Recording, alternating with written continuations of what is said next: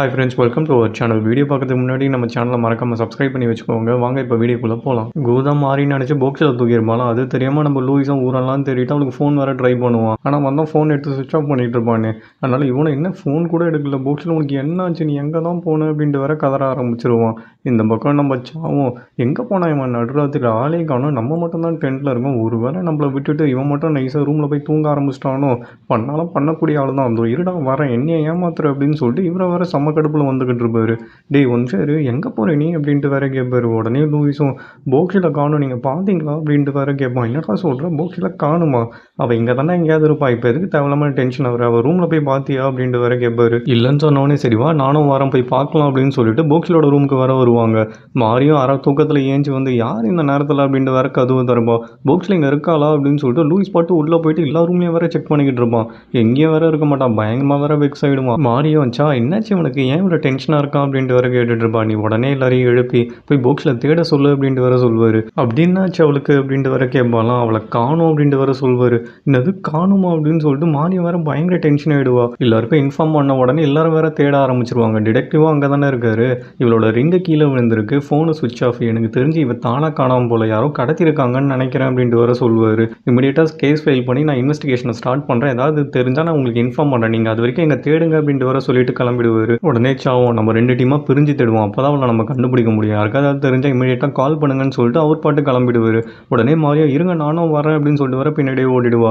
ஜோவும் மாறி இருங்க நானும் உங்கள் கூடயே வரேன் அப்படின்ட்டு வர சொல்லுவானா. கிம் உடனே பிடிச்சி வா நம்ம இந்த சைடு தேடலாம் அப்படின்ட்டு வர இழுத்துட்டு போயிடுவார். இந்த பக்கம் கூவும் மாறியை தான் நம்ம கடத்திருக்கோன்ற ஓவர் கான்ஃபிடென்ட்டில் பேக்குக்கு வேற கால் பண்ணி காசை கொடுத்து உங்கள் பொண்ணை கூப்பிட்டு போங்கன்னு வேற ஃபோனை வச்சிருவான். உடனே பேக்கும் மாறிக்கு எதுக்கும் ட்ரை பண்ணி பார்க்கலாம் அப்படின்ட்டு வர ட்ரை பண்ணுவார். பார்த்தா மாறி அட்டன் பண்ணிடுவா. மாறி நீ எங்கே இருக்க, நீ நல்லா தானே இருக்க, உனக்கு ஒன்றும் இல்லையே அப்படின்ட்டு வர பயங்கர ஷாக்கில் கேட்டுட்டு இருப்பாரு. நான் தான் சொல்லிட்டு தானே வந்தேன் பூட் கேம்ப் போகிறேன்னு சொல்லிட்டு, அதுக்கே இவ்வளோ ஷாக் ஆகுறீங்க, வேறு எதுவும் இம்பார்ட்டண்ட்டாக இல்லைன்னா ஃபோனை வைக்கிட்டுமா, நான் போக்ஸில் தேடணும் அவளை காணும் அப்படின்ட்டு வர ஃபோனை கட் பண்ணி விட்ருவா. உடனே இவர் வேறு பயங்கர ஷாக் ஆகிடும். என்னது போக்ஸில் காணுமா, ஒருவேளை இந்த பைத்தியக்காரன் மாறிக்கு பதில் போக்ஸில் கடத்திட்டானோ, இவனால் ஒரு கடத்தில் கூட ஒழுங்காக பண்ண முடியல, போயும் போக்ஸில் போய் கடத்தி வச்சிருக்கான், இப்போ என்ன பண்ணுறது நான் அப்படின்ட்டு வர யோசிச்சுக்கிட்டு இருப்பாரு. காசு கொடுத்தா திருப்பி விட்டுறேன்னு சொன்னால பேசாமல் காசு கொடுத்தே போக்ஸில் மீட்டுடலாம் அப்படின்னு சொல்லிட்டு இவரும் வேற பிளான் பண்ணுறாரு. இந்த பக்கம் எல்லாரும் போலீஸ் ஸ்டேஷன் போய் சிசிடிவி கேமரா வேற செக் பண்ணிட்டு இருப்பாங்க. அதில் கோ ஃபேஸும் போக்ஸிலோட ஃபேஸும் ஒழுங்காக வேற தெரியாது. யார் அது அப்படின்னு சொல்லிட்டு வர லூயிஸும் கவலைப்பட்டுக்கிட்டு இருப்பான். டே ஃபேஸே ஒழுங்காக தெரில, எதுவும் கவலைப்படாத அப்படின்ட்டு வர சாவும் ஆறுதல் சொல்லிக்கிட்டு இருப்பாரு. எனக்கு நல்லா தெரியும் அது போக்ஸில் தான், அந்த ஜாக்கெட்டு என்னோடது தான் அப்படின்னு சொல்லிட்டு வேற மாறியும் சொல்லுவா. அப்போ அவன் யார், ஆனால் அவனை இங்கே பார்த்த மாதிரியே இருக்கேன், நீங்கள் எங்கேயாவது பார்த்துருக்கீங்களா அப்படின்ட்டு வேற டிடெக்டிவும் கேட்பாரு. உடனே லூயிஸும் போக்ஸில் யாருக்கும் கெட்டது நினச்சதே கிடையாது, அவன் ரொம்ப நல்லவ, அவகிட்ட காசு கூட கிடையாது, அப்புறம் எதுக்கு போக்ஸில் கடத்தினாங்க அப்படின்ட்டு வேற ஃபீல் பண்ணிக்கிட்டு இருப்பான். உடனே மாறியும் அவகிட்ட காசு கிடையாது, ஆனால் உங்ககிட்ட இருக்குல்ல, அவளை வச்சு உங்ககிட்ட காசு பறிக்க பிளான் பண்ணியிருக்காங்களோ என்னவோ அப்படின்ட்டு வர சொல்லுவா. நீ என்ன சொல்ல வர, என்னால் தான் போக்ஸில் கடத்திட்டாங்களா அப்படின்னு சொல்லிட்டு கதறி கதறி வேற அழ ஆரம்பிச்சிருவான். உடனே சாவும் நீ தாண்டா இப்போ ஸ்ட்ராங்காக இருக்கணும், போக்ஸிலுக்கு உன்னை விட்டால் வேற யார் இருக்கா, நீ தானே அவளை கண்டுபிடிக்கணும், ஸ்ட்ராங்காக இரு அப்படின்ட்டு வர சொல்லிக்கிட்டு இருப்பாரு. ஆமாம்ல நீங்கள் சொல்கிறதும் சரி தான், போக்ஸில் எனக்காக தான் வெயிட் பண்ணிக்கிட்டு இருப்பா, என்ன ஆனாலும் சரி நான் அவளை கண்டுபிடிக்காமல் விட மாட்டேன் அப்படின்ட்டு வர சொல்லிக்கிட்டு இருப்பான். உடனே டிடெக்டிவும் காசுக்காக அப்படின்னா உனக்கு கண்டிப்பாக கால் பண்ணுவான், நீ ரெடியாகிறா லூயிஸ் அப்படின்ட்டு வர சொல்லிக்கிட்டு இருப்பாரு. இந்த பக்கம் கூவும் ஒரு வழியாக ஃபேஸை வேற பார்த்துருவான். இவன் மாறி கிடையாது, இவன் போக்ஸில் தானே, ஐயோ இப்போ நான் என்ன பண்ணுறது, மாறிக்கு பதில் போக்ஸில் தூக்கிட்டு வந்துட்டேனே அப்படின்னு சொல்லிட்டு வர முடிச்சுக்கிட்டு இருப்பான். உடனே பேக்குக்கும் கால் பண்ணி நான் மாற்றி தூக்கிட்டேன், இப்போ என்ன பண்ணுறது அப்படின்ட்டு வர கேட்டுட்டு இருப்பான். ஏன்டா உனக்கு அறிவு இருக்கா இல்லையா, ஏன்டா போக்ஸில் போய் கடத்தினேன், நான் காசு தரேன் தான்டா சொன்னேன், அதுக்கப்புறம் எதுக்கு தேவையில்லாமல் இந்த மாதிரி பிரச்சனை பெருசாகிட்டே இருக்குன்னு சொல்லிட்டு கண்ணா பின்னான்னு கத்த ஆரம்பிச்சிருவாரு. உடனே கூவும் உங்களை நம்புற அளவுக்கு நீங்கள் ஒன்றும் அவ்வளோ நல்லவரெலாம் ஒன்றும் கிடையாது, இப்போ கூட ஒன்றும் பிரச்சனை இல்லை, காசை கொடுத்தே போக்ஸில் கூட்டிகிட்டு போயிடுங்க, ரெகுலராக நம்ம மீட் பண்ணுவோம்ல அந்த இடத்துக்கு காசு எடுத்துகிட்டு வந்துருங்க அப்படின்னு வர ஃபோனை கட் பண்ணிவிடுவான். இந்த பக்கம் டிடெக்டிவும் அது என்ன காருன்னு சொல்லிட்டு வர சேஸ் பண்ணிவிடுவார். அது ரெண்டல் கார் தான், அதை திருடிட்டு போயிருக்கான், அந்த காரை கண்டுபிடிக்க சொல்லி எல்லா இடத்துலையும் நான் சொல்லியிருக்கேன், ஸோ நீ எதுவும் கவலைப்படாத கண்டுபிடிச்சிடலாம் அப்படின்னு சொல்லிட்டு லூயிஸ் கிட்டேயும் உனக்கு ஏதாவது கால் பண்ணானா அப்படின்ட்டு வர கேட்பாரு. இல்லைன்னு சொல்லிட்டு கதறி கதறி வர அழ ஆரம்பிச்சிருவான். உடனே சாவும் நீ எதுவும் அழாதரா, கொஞ்சம் ஸ்ட்ராங்காக இரு, போக்ஸில் கண்டிப்பாக கண்டுபிடிச்சிடலாம் அப்படின்னு சொல்லிட்டு வர சொல்லிக்கிட்டு இருப்பாரு. இந்த பக்கம் காரை கூட ஒழுங்காக ஓட்ட தெரியாமல் எடுத்துகிட்டு போய் ஒரு வண்டி மேலே மோதி அப்படியே வேற ஆக்சிடென்ட் பண்ணி விட்டுருவான். இந்த பக்கம் பேக்கும் வேற காசெல்லாம் எடுத்துகிட்டு வந்து கூ சொன்ன இடத்துல வந்து வர வெயிட் பண்ணிக்கிட்டு இருப்பாரு. எங்கே போனால் இவன் இன்னும் ஆளே காணும் அப்படின்னு சொல்லிட்டு வர வெயிட் பண்ணிக்கிட்டு இருப்பாரு. இந்த பக்கம் லூயிஸும் இதுக்கு மேலே என்னால் பொறுமையாக இருக்க முடியாது, நான் போய் போக்ஸில் தேட போகிறேன் அப்படின்ட்டு வர கிளம்புவாண்டி. ஒரு நிமிஷம் இரு, எங்கே போகிறேன் நீ அப்படின்ட்டு வர கேட்பாரு. எனக்கு போக்ஸில் நினச்சா ரொம்ப கவலையாக இருக்குது, அவளுக்கு என்னாச்சோ ஏதாச்சும் எனக்கு தெரியல, என்னால் இங்கே உட்காரவே முடியல, நான் போகிறேன் அப்படின்ட்டு வர சொல்லுவாண்டி. நீ சாப்பிடல தூங்கல ஒழுங்காகவே ரெஸ்ட் எடுக்கல, போக்ஸில் நீ பார்க்கணுன்னா நீ ஃபஸ்ட்டு ஆரோக்கியமாக இருக்கணும்ல, கொஞ்சம் பொறுமையாக வெயிட் பண்ணுறா, நம்மளுக்கு போக்ஸில் கிடைப்பா அப்படின்ட்டு வர சொல்லிக்கிட்டு இருப்பாரு. அப்போன்னு பார்த்து லூயிஸோட ஃபோனுக்கு வேறு போக்ஸில் கிட்ட வந்து கால் கால் வரும். உடனே லூயிஸும் போக்ஷில் நீ எங்கே இருக்க அப்படின்ட்டு வர கத்த ஆரம்பிச்சிருவான். எது இந்த ஃபோனோட ஓனர் பேர் போக்ஷிலா, நான் ஹாஸ்பிட்டல்லேருந்து நர்ஸ் பேசுகிறேன் அப்படின்ட்டு வர சொல்லுவாங்க. இந்த ஹாஸ்பிட்டல்லேருந்து நர்ஸ் பேசுகிறீங்களா, போக்ஷில் எங்கே, அவளுக்கு என்ன ஆச்சு அப்படின்ட்டு வர கத்த ஆரம்பிச்சிருவான். ஒரு சின்ன ஆக்சிடென்ட், உடனே நீங்கள் ஹாஸ்பிட்டலுக்கு கிளம்பி வாங்க அப்படின்ட்டு வர சொல்லுவாங்க. இதோ இமீடியட்டாக வரேன் அப்படின்னு சொல்லிட்டு 2 பேருமே வர கிளம்பிடுவாங்க. இந்த பக்கம் பேக்கும் இந்த கூக்கின்னா பைத்தியம் தான் பிடிச்சிருக்கான், என்ன காசு கொடுத்தா அதை தொலைச்சிட்டு வந்து நிற்கிறான். ஒரு பொண்ணுக்கு பதில் இன்னொரு பொண்ணை கடத்துறான். பிரச்சனை இருக்க இருக்க பெருசாக்கிட்டே இருக்கான். இப்போ கூட கையில் காசை வச்சுட்டு உட்காந்துட்டு இருக்கான். வந்து வாங்கிட்டு போனால் தான் இன்னும் அவனுக்கு இவனெல்லாம் வச்சுட்டு நான் என்ன தான் பண்ண போகிறேன்னு தெரியலையே அப்படின்ட்டு வர புலம்பிக்கிட்டு இருப்பாரு. இந்த பக்கம் ஹாஸ்பிட்டலில் போக்ஷில் தான் இருப்பான்னு சொல்லிட்டு வந்து பார்த்தா நம்ம கூதான் மண்டையை பொழந்துட்டு வர படுத்துக்கிட்டு இருப்பான். இவன் தானே சஸ்பெக்ட், ஹாஸ்பிட்டல்லேருந்து எஸ்கேப் ஆனவனாச்சே அப்படின்னு சொல்லிட்டு வர டிடெக்டிவும் பார்த்துக்கிட்டு இருப்பாரு. உடனே லூயிஸும் எனக்கு இவரை தெரியும், இவர் பேக் ஃப்ரெண்டோட தம்பி, நான் இவரை புக் ஷாப்பில் பார்த்துருக்கேன் அப்படின்ட்டு வர சொல்லுவான். என்ன சொன்னேன், இவன் தாண்டா உங்கள் வீட்டில் அடிபட்டு கிடந்தவன், இவனை நாங்கள் ஆல்ரெடி அரெஸ்ட் பண்ணி தான் வச்சிருந்தோம், ஹாஸ்பிட்டல்லேருந்து எஸ்கேப் ஆகிட்டோம் அப்படின்ட்டு வர சொல்லிக்கிட்டு இருப்பாரு. உடனே டாக்டரும் வந்துட்டு இவருக்கு ஆல்ரெடி தலையில் அடிபட்டுருக்கா அப்படின்ட்டு வர கேட்பாரு. ஆமாம், ஆல்ரெடி அடிபட்டு கோமால தான் இருந்தான் அப்படின்ட்டு வர டிடெக்டிவும் சொல்லுவாரா. இதுக்கப்புறம் இவன் முடிக்கிறதுக்கு வாய்ப்பே இல்லை, ரொம்ப சான்சஸ் கம்மி அப்படின்ட்டு வர சொல்லிக்கிட்டு இருப்பாரு. உடனே லூயிஸும் டாக்டர் போக்ஷில் எங்க, அவள் எப்படி இருக்கா அப்படின்ட்டு வர கேட்டுட்டு இருப்போம். எது போக்ஷிலா, ஓஹோ இவர் ஹாஸ்பிட்டலில் கூப்பிட்டு வந்து சேர்த்தாங்களே அந்த உமனை கேட்குறீங்களா, அவங்களும் இங்கே தான் அட்மிட் ஆகிருக்காங்க, அவங்களுக்கு ஒன்றும் இல்லை, நீங்கள் வேணா போய் பார்க்குறதுனா பாருங்க அப்படின்ட்டு வர சொல்லுவார். இந்த பக்கம் போலீஸ் ஸ்டேஷனை தான் காட்டுவாங்க. சீஃபும் லீ நீங்கள் எங்கே தான் இருக்கீங்களா, உங்களுக்கு ஒரு விஷயம் தெரியுமா, நம்ம ஹாஸ்பிட்டல்லேருந்து எஸ்கேப் பண்ணாலும் அக்யூஸ்டு அவனை கண்டுபிடிச்சிட்டானா, அவனுக்கு திருப்பி தலையில் அடிபட்டு கோமாவுக்கு போயிட்டானா அப்படின்ட்டு வர சொல்லுவார். உடனே லீயும் பேக்கு கால் பண்ணி இந்த இன்ஃபர்மேஷனை வர அப்டேட் பண்ணிவிடுவான். என்ன சொல்கிறீங்க நீங்கள் அப்படின்னு சொல்லிட்டு பேக் வர செம்ம ஷாக் ஆகிடுவார். ஆமாம், இப்போ ஹாஸ்பிட்டலில் தலையில் அடிபட்டதுனால கோமாவில் இருக்கான், நீங்கள் எதை பற்றியும் கவலைப்படாதீங்க, இதுக்கப்புறம் நாங்கள் பார்த்துக்குறோம், அவனை அதேமாதிரி நாங்கள் இப்போ அரெஸ்ட் பண்ண போகிறோம், ஏன்னா ஒரு புது கேஸில் வர அவன் மாட்டியிருக்கான், ஒரு பொண்ணை போய் கடத்தி வச்சுருக்கான், ஸோ அவனை கேட்குற விதத்தில் கேட்டோன்னா அவன் எல்லாத்தையும் கக்கிடுவான்னு நினைக்கிறேன், இதுக்கப்புறம் நாங்களே பார்த்துக்குறோம் அப்படின்ட்டு வர ஃபோனை வச்சிருவார். உடனே பேக்கும் செம்ம டென்ஷன் ஆகிடுவார், நம்மளும் மாட்டுறதுக்கான நேரம் வந்துடுச்சு போல் அப்படின்னு சொல்லிட்டு. இந்த பக்கம் லூயிஸும் போக்ஸில் ஒரு வழியாக வர கண்டுபிடிச்சிருவான். போக்ஸில் நீ இங்கே தான் இருக்கியா, உனக்கு என்ன ஆச்சு, கையெல்லாம் என்ன இவ்வளோ அடிபட்டிருக்கு அப்படின்னு சொல்லிட்டு பார்த்த உடனே அவனுக்கு கண்ணிலேருந்து கண்ணீராக வர கொட்ட ஆரம்பிச்சிடும். அப்படியே ஹக் பண்ணிட்டு வர அழ ஆரம்பிச்சிருவான். போக்ஸில் நீ எவ்வளோ பயந்துருப்பல்ல ஆக்சிடெண்ட்டை பார்த்து அப்படின்னு சொல்லிட்டு ஹக் பண்ணி வர ஆறுதல் சொல்லிக்கிட்டு இருப்பான். என்னை மன்னிச்சிரு, என்னால் உன்னை ப்ரொடெக்ட் பண்ண முடியாமல் போயிடுச்சு அப்படின்னு சொல்லிட்டு வர ஃபீல் பண்ணிக்கிட்டு இருப்பான். எனக்கு ஒன்றுடா, நான் நல்லா தான் இருக்கேன் விடு அப்படின்ட்டு வர சொல்லுவா. உடனே சாவும் 2 பேரும் நேற்றுலேருந்து ஒழுங்காகவே சாப்பிட்டீங்க, நான் போய் எதாவது வாங்கிட்டு வரட்டுமா அப்படின்ட்டு வர கேட்பாரு. உடனே போக்ஷனும் தயவு செய்து வாங்கிட்டு வாங்க, எனக்கு பசிக்குது அப்படின்ட்டு வர சொல்லுவா. உடனே டிடெக்டிவும் நான் வாங்கிட்டு வரேன் அப்படின்ட்டு வர கிளம்பிடுவார். இவர் போலீஸாக இருக்கிறத விட சர்வெண்ட்டாக இருக்கலாம் போல, ரொம்ப நல்லாவே பண்ணுறாரு அப்படின்ட்டு வர சாவும் கலாச்சிக்கிட்டு இருப்பாரு. உடனே போக்ஷனும் அது சரி இவர் எதுக்கு என்ன கடத்த ட்ரை பண்ணாரு அப்படின்ட்டு வர கேட்பா. நான் ஃபஸ்ட்டு மணிக்காக தான் நினச்சேன், ஆனால் இப்போ எனக்கு அப்படிலாம் ஒன்றும் தோணலை, ஏன்னா இந்த ஆளு தான் நம்ம ரூஃப் டாப்பில் கையில் சுற்றியோடு அடிபட்டு கிடந்தாரு அப்படின்ட்டு வர சொல்லுவான். உடனே சாவும் லூயிஸ் நீ இவரை பேக்குக்கு தெரியும்னு சொன்னியே, நல்லா யோசிச்சு பார்த்து சொல்லு, நீ சொன்னது கரெக்டா அப்படின்ட்டு வர கேட்பாரு. எனக்கு நல்லா ஞாபகம் இருக்குது, பேக்கோட ஃப்ரெண்டு தம்பி தான் இவர் அப்படின்ட்டு வர சொல்லுவான். இந்த பக்கம் பேக்கும் வர பயங்கர டயர்டாக வீட்டுக்கு வர வந்துக்கிட்டு இருப்பாரு. உடனே உங்கள் ஒய்ஃபும் ஹனி என்னாச்சு உங்களுக்கு, ஏன் இவ்வளோ டயர்டாக இருக்கீங்க, உங்களுக்கு உடம்பு ஏதாவது சரியில்லையா அப்படின்ட்டு வர கேட்டுட்டு இருப்பாங்க. பேக்கோ எதுவுமே பதில் சொல்லாமல் அப்படியே வெறிக்க வர பார்த்துக்கிட்டு இருப்பாரு. எனக்கு ஒரே ஒரு ஹெல்ப் பண்ணுறியா, என் ரூமில் டேபிள் மேலே ஒரு பாக்ஸ் இருக்கும், அதை பூசானில் அம்மா வீட்டில் எடுத்துகிட்டு போய் வச்சிருறியா, முக்கியமாக லூயிஸ் ரூமில் ஒரு சீக்ரெட் பிளேஸ் இருக்கும், அங்கே வச்சுட்டு வந்துரு அப்படின்ட்டு வர சொல்வார். இவங்களுக்கு ஒரே ஷாக்காக இருக்கும். ஆமாம், நான் எதுக்கு அந்த பாக்ஸ் எடுத்துகிட்டு போய் அங்கே வைக்கணும் அப்படின்ட்டு வர கேள்வி கேட்டுட்டு இருப்பாங்க. தயவு செய்து என்னை எதுவும் கேள்வி கேட்காம நான் சொன்னதை மட்டும் செய்கிறியா, கிளம்பு அப்படின்ட்டு வர சொல்லிவிடுவார். உடனே இவரும் நம்ம மாட்ட போகிறது உறுதின்னு தெரிஞ்ச உடனே அவர் லாயருக்கு வர கால் பண்ணிவிடுவார்.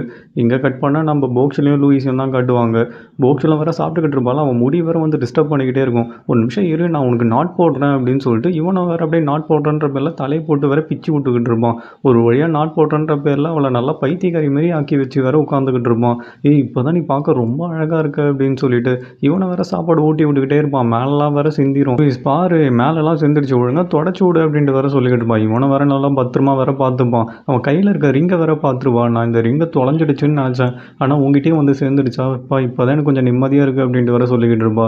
உடனே இவனும் இதுதான் நீ எனக்கு கொடுக்கணும்னு நினச்சேன் அந்த கிஃப்டா, எனக்கு ரொம்ப பிடிச்சிருக்கு அப்படின்ட்டு வர சொல்லிக்கிட்டு இருப்பான். இங்கே பாரு இந்த ரிங் எனக்கு எவ்வளோ பர்ஃபெக்டாக இருக்குது அப்படின்லாம் வர காமிச்சிக்கிட்டு இருப்பான். இதுதான் கிஃப்டா அப்படின்ட்டு வர கேட்பானா. இது மட்டும் கிடையாது, இன்னொன்று இருக்குது அப்படின்ட்டு வர சொல்லுவான். என்னது அப்படின்ட்டு வர கேட்பானா. ஒரு நிமிஷம் கிட்ட வாயேன் அப்படின்ட்டு வர சொல்லுவா. இவனும் வேற கிஸ் தான் பண்ண போகிறா போல அப்படின்னு சொல்லிட்டு வர கிட்ட வருவான். அப்படியே காது கிட்ட வந்துட்டு எனக்கு ஒன்று ரொம்ப பிடிக்கும்டா அப்படின்ட்டு வர சொல்லுவா. அதுதான் எனக்கு தெரியுமே அப்படின்னு சொல்லிட்டு இவனு வேற பயங்கர எக்ஸைட்டட் ஆகிடுவான். லூயிஸ் உடனே போக்ஷில் இப்போ நான் என்ன பண்ணுறது அப்படின்ட்டு வர கேட்பான். போக்ஷில் உடனே சமாஷாக டே கொஞ்சம் சும்மா இருடா, இது ஹாஸ்பிட்டல், யாராவது பார்த்தாங்க பிரச்சனை ஆகிடும் அப்படின்ட்டு வர சொல்லுவா. அவ்வளோதானே அப்படின்னு சொல்லிட்டு பட்டுன்னு வர ஸ்க்ரீன் எடுத்துருவான். இப்போ யாரும் பார்க்க மாட்டாங்க, இப்போ ஓகேவா அப்படின்ட்டு வர கேட்பான். சரி ஓகேவா கிஸ் பண்ணு அப்படின்னு சொல்லிட்டு வர எவ்வளோ க்யூட்டாக கிட்ட வருவா. அப்பன்னு பார்த்து நர்ஸ் வேறு வந்துடுவாங்க. போக்ஷில் அப்படின்ட்டு வேற கூப்பிடுவாங்களா. இவங்களும் பதட்டத்தில் அப்படியே வேறு சாப்பாடெல்லாம் மேலே கொட்டிப்பாங்க. இவங்க பண்ணுற அலப்பறையை பார்த்துட்டு அவங்க தப்பாக வேறு புரிஞ்சுப்பாங்க. இது ஹாஸ்பிட்டல்னு நினச்சாங்களா இல்லை வேறு ஏதாவது நினச்சாங்களா, இருங்க வரேன் அப்படின்னு சொல்லிட்டு இவங்கள வேறு ஸ்க்ரீனை விளக்கிட்டு வேற பார்ப்பாங்க. இவங்கள மாற்றி மாற்றி சாப்பாடெல்லாம் தொடச்சிக்கிட்டு இருப்பாங்களா, சாப்பாடு கொட்டிக்கிச்சானா வேறு ஏதோன்னு நினச்சிட்டேன். போக்ஷில் நீங்கள் இன்றைக்கி வீட்டுக்கு போகலாம் அப்படின்ட்டு வேறு சொல்லுவாங்க. இந்த இது போகலாமா அப்படின்னு சொல்லிட்டு போக்ஷில் வேறு செம்ம ஜாலியாகிடுவா. உடனே அவங்களும் சாப்பாட்டெல்லாம் வேறு பார்த்துக்கிட்டு இருப்பாங்களா. உடனே லூயிஸும் சாப்பாடு தெரியாமல் கொட்டிக்கிச்சு, நான் க்ளீன் பண்ணிடுறேன், நீங்கள் கவலைப்படாதீங்க அப்படின்ட்டு வேறு சொல்லிக்கிட்டு இருப்பான். தயவு செய்து க்ளீன் பண்ணுங்க, இல்லைனா டாக்டர் பார்த்தா என்ன தான் திட்டுவார் அப்படின்ட்டு வேறு சொல்லுவாங்க. உடனே லூயிஸும் போக்ஷில் முகத்தில் இருக்க சாப்பாடெல்லாம் வேறு க்ளீன் பண்ணி விட்டுட்டு இருப்பான். மேலெல்லாம் வேறு கொட்டி இருக்குமா, அதையும் துடைக்கிறேன்ற பேரில் வேறு கையை எடுத்துகிட்டு போவானா. டிடி என்னடா பண்ணுறேன், நானே தொடச்சிக்கிறேன் அப்படின்ட்டு வேறு சொல்லுவா. டேய் உனக்கு தான் கையில் அடிபட்டுருக்கல, நானே தொடச்சி விட்றேன் அப்படின்ட்டு வேறு திருப்பி வேறு துடைக்க போவானா. டேய் சொன்னால் புரிஞ்சுக்கூடா, நானே தொடச்சிக்கிறேன் அப்படின்ட்டு வேறு சொல்லுவா.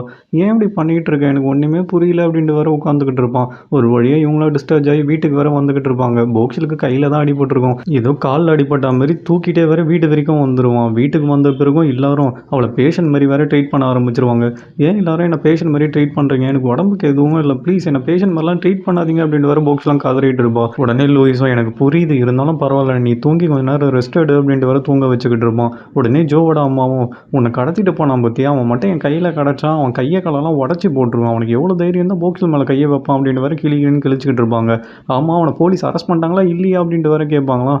அவனுக்கும் அடிபட்டு கோமா ஸ்டேஜுக்கு போயிட்டான், அவன் ஹாஸ்பிட்டலில் தான் இருக்கான், ஒன்ஸ் கண்ணை முடிச்சா அவனை அரெஸ்ட் பண்ணிடுவாங்க அப்படின்ட்டு வேறு சொல்லிக்கிட்டு இருப்பான். இங்கே கட் பண்ணால் போலீஸ் ஸ்டேஷனில் தான் காட்டுவாங்க. போலீஸ் ஸ்டேஷனில் டிடெக்டிவும் சாவும் வேறு அந்த கோவை பற்றி வேறு டிஸ்கஸ் பண்ணிக்கிட்டு இருப்பாங்க.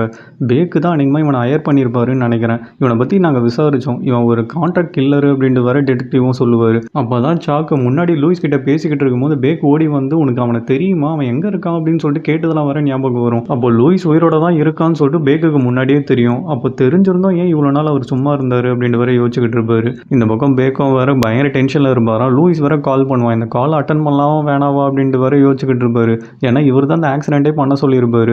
கோ கிட்ட சின்ன ஆக்சிடெண்ட்டாக பண்ண சொன்னால் பெருசாக வேறு பண்ணி விட்டுட்டு இருப்பான். டி நான் உனக்கு சின்னதாக தானே பண்ண சொன்னேன், இப்போ பாடுற மேஜர் ஆக்சிடெண்ட்டாக ஒரு உயிரே போயிடுச்சு அப்படின்ட்டு வேறு பயங்கரமாக கத்த ஆரம்பிச்சிருவார்.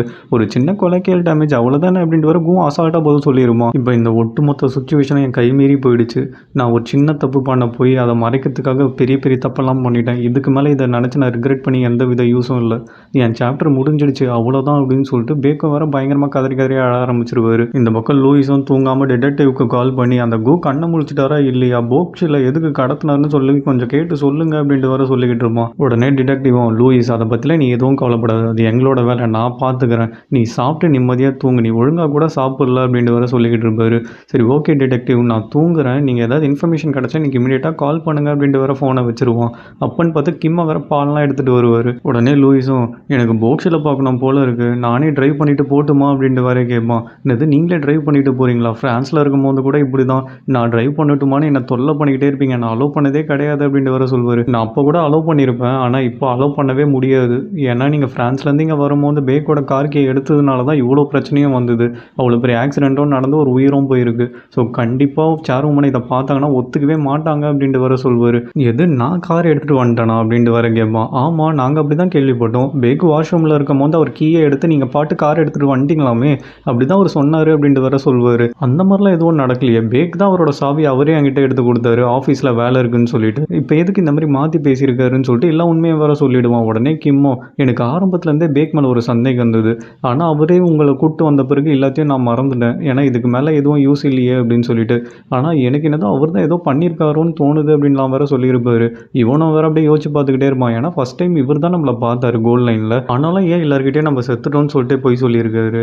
அதுக்கு நம்மளுக்கு எல்லாமே ஞாபகம் வந்துச்சுன்னு சொன்னோம். அன்றைக்கி கூட அவர் பயங்கர ஷாக் ஆனார், இவருக்கு என்னதான் பிரச்சனை, ஏன் இப்படிலாம் பண்ணார், நம்மளுக்கு ஞாபகம் வரக்கூடாதுன்னு நினச்சிருக்காரு, நம்ம திரும்பி வரவே கூடாதுன்னு கூட யோசிச்சிருக்காரு, இவ்வளோ பண்ணுறதுக்கு என்ன ரீசனாக இருக்கும் அப்படின்ட்டு வேற யோசிச்சுக்கிட்டு இருப்பான். இங்கே கட் பண்ணால் பேக்கை தான் காட்டுவாங்க.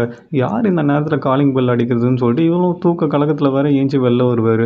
வந்து மானிட்டரில் பார்த்தா லூயிஸ் வந்து நிற்பான், ஸ்ட்ரைட்டாக இவர்கிட்டே கேட்டுக்கலாம் அப்படின்னு சொல்லிட்டு. லூயிஸை என்னை மன்னிச்சிருங்க இவ்வளோ லேட்டாக வந்ததுக்கு, ஒரு முக்கியமான விஷயம் அப்படின்ட்டு வர சொல்லுவான். அது எனக்கே தெரியும், நாளைக்கு காலைல நானே உன்னை வந்து பார்க்கலாம் தான் லூயிஸ் இருந்தேன் அப்படின்ட்டு வர சொல்வார். அப்போனா நான் இங்கே எதுக்கு வந்தேன், என்ன கேட்க போகிறேன்னு உங்களுக்கே நல்லா தெரியும், தயவுசெய்து எல்லாத்தையும் சொல்லுங்கள் அப்படின்ட்டு வர கேட்பான். உடனே அவரும் குற்ற உணர்ச்சி தாங்க முடியாமல் அப்படியே வர கீழே மண்டி போட்டு என்னை மன்னிச்சிரு, எல்லாம் தப்புக்கும் நான் தான் காரணம், நான் பயமுறுத்த ஒரு சின்ன ஆக்சிடென்ட் தான் பண்ண சொன்னேன், ஆனால் அது இவ்வளோ பெரிய மேஜர் ஆக்சிடெண்ட்டாக மாறும் நான் எதிர்பார்க்கவே இல்லை, எல்லாத்துக்கும் காரணம் அம்மா உங்களோட ஷேர் ஒட்டு மொத்தத்தையும் உன் பேரில் எழுதி வைக்கிறேன்னு சொன்னாங்க, அதை என்னால் கொஞ்சம் கூட ஏற்றவே முடியல, ஏன்னா இந்த கம்பெனிக்காக நான் பகலாக கண்ணை முழிச்சு அவ்வளோ வேலை பார்த்து இந்த கம்பெனி இவ்வளோ பெருசாக க்ரோ பண்ணியிருக்கேன். ஆனால் திடீர்னு உனக்கு தூக்கி கொடுக்குறேன்னு சொன்னாங்க. உனக்கு ஒன்று தெரியுமா, உன் அப்பா அம்மா இறந்தப்போ கூட நான் தான் இவனை என் சொந்த அம்மா மாதிரி பார்த்துக்கிட்டேன். ஆனால் அவங்க நீ வந்த பிறகு என்னை கொஞ்சம் கூட கண்டுக்கல, எல்லாத்தையும் தூக்கி உங்ககிட்ட கொடுத்துட்டாங்க. அதனால தான் நான் ஒரு பிளானே பண்ணேன். உனக்கு ஒரு சின்ன ஆக்சிடென்ட் நடந்தால் கூட அவங்களால தாங்க முடியாது. அதனால தான் நான் ஒரு சின்ன ஆக்சிடென்ட் பண்ணி அவங்கள பயமுறுத்தலான்னு பிளான் பண்ணேன். அதுக்கப்புறம் அவங்களே உன்னை ஃப்ரான்ஸுக்கெல்லாம் அனுப்பிச்சிருவாங்களேன்னு சொல்லிட்டு நானும் ரொம்ப ஆசையாக இருந்தேன். ஆனால் நான் போட்ட பிளான் எல்லாமே சொதப்பிக்கிச்சு. கை மீறி போயிடுச்சு எல்லாமே. சின்ன ஆக்சிடெண்ட்டாக பிளான் பண்ணது ஒரு மேஜர் ஆக்சிடெண்ட்டாக ஆகி ஒரு உயிரையே பறிச்சிடுச்சு. அன்றைக்கி கோல்ட் லைனில் உன்னை மீட் பண்ணுறதுக்கு முன்னாடி வரைக்கும் நீ இறந்து போனதாக தான் நான் நினச்சிக்கிட்டு இருந்தேன். என்னை மன்னிச்சிரு லூயிஸ் அப்படின்ட்டு வர கதறிட்டு இருப்பார். எங்கே எல்லாரும் என்னோட தப்பை கண்டுபிடிச்சிட போகிறாங்கன்னு சொல்லிட்டு தான் ஒரு தப்பை மறைக்க இன்னொரு தப்புன்னு சொல்லிட்டு நிறைய தப்பு பண்ணிட்டேன். என்னை மன்னிச்சிரு அப்படின்னு சொல்லிட்டு காலில் விழுந்து வேற கதறிக்கிட்டு இருப்பார். இவனுக்கு வேற பயங்கர டச்சிங்காக போயிடும். உடனே லூயிஸும், அங்கிள் எதுக்கு இந்த மாதிரிலாம் பண்ணிக்கிட்டு இருக்கீங்க, ஏஞ்சிருங்க. ஒரு விதத்தில் நீங்கள் சொல்கிறதுலாம் உண்மை தான். நீங்கள் என் பாட்டியை ரொம்ப நல்லா பார்த்துக்கிட்டீங்க. நானும் சரி என் அப்பாவும் சரி பார்த்துக்கிறத விட நீங்கள் ரொம்ப நல்லாவே பார்த்துக்கிட்டீங்க. அதுக்காகவே உங்களை நான் மன்னிக்கலாம் தான். ஆனால் நீங்கள் பண்ண தப்பால் ஒரு உயிர் போயிருக்கு. அதுக்கான தண்டனையை நீங்கள் அனுபவிச்சு தானே ஆகணும் அப்படின்ட்டு வேற கேட்பான். அதை நானே ஒத்துக்கிறேன் லூயிஸ். நான் பண்ண தப்புக்கு மன்னிப்பே கிடையாது. நானே அதுக்கான தண்டனையை ஏற்றுக்கிறேன் அப்படின்ட்டு வேற சொல்வார். அதனால தான் என் அட்வொகேட் கிட்ட பேசி என்னோட பேரில் இருக்க ஷேர் எல்லாத்தையும் உன் பேர்லேயே நான் மாற்ற சொல்லிட்டேன். என்னை மன்னிச்சிரு லூயிஸ், எனக்கு வேறு வழி தெரியல அப்படின்ட்டு வேற ஃபீல் பண்ணிக்கிட்டு இருப்பாரு. எனக்கு ஒரே ஒரு ஹெல்ப் பண்ணுறியா, இது எந்த விஷயமும் அம்மாவுக்கு தெரியாத மாதிரி பார்த்துக்கோ, தெரிஞ்சவங்க ரொம்ப வருத்தப்படுவாங்க அப்படின்ட்டு வேற கேட்பாரு. நீங்கள் எதுவும் கவலைப்படாதீங்க, என் பாட்டியை நான் கஷ்டப்படுத்துகிற மாதிரி எந்த ஒரு விஷயமும் சொல்ல மாட்டேன், நீங்கள் என்னை நம்பலாம் அப்படின்ட்டு வேற சொல்லுவான். உடனே இவருக்கும் வேற பயங்கர டச்சிங்காக போயிடும். பேக்குக்கும் குற்ற உணர்ச்சி தாங்க முடியாமல் காலில் விழுந்து வேற மன்னிப்பு கேட்க ஆரம்பிச்சிருவாரு. இதுக்கப்புறம் கோல்ட் லைனோட பிரசிடென்ட் யாராக போகிறா, பேக்கு ஜெயிலுக்கு போவாரா மாட்டாரான்னு சொல்லிட்டு நெக்ஸ்ட் எபிசோடில் கண்டிப்பாக பண்ணலாம். அதுக்கு முன்னாடி இந்த வீடியோ உங்களுக்கு பிடிச்சிருந்ததுன்னா ஒரே ஒரு லைக்கும், இந்த சேனலை சப்போர்ட் பண்ணணும்னு நினச்சிங்கன்னா சப்ஸ்கிரைபும் பண்ணி வச்சுக்கோங்க. நெக்ஸ்ட் வீடியோவில் பார்க்கலாம். Until then bye friends.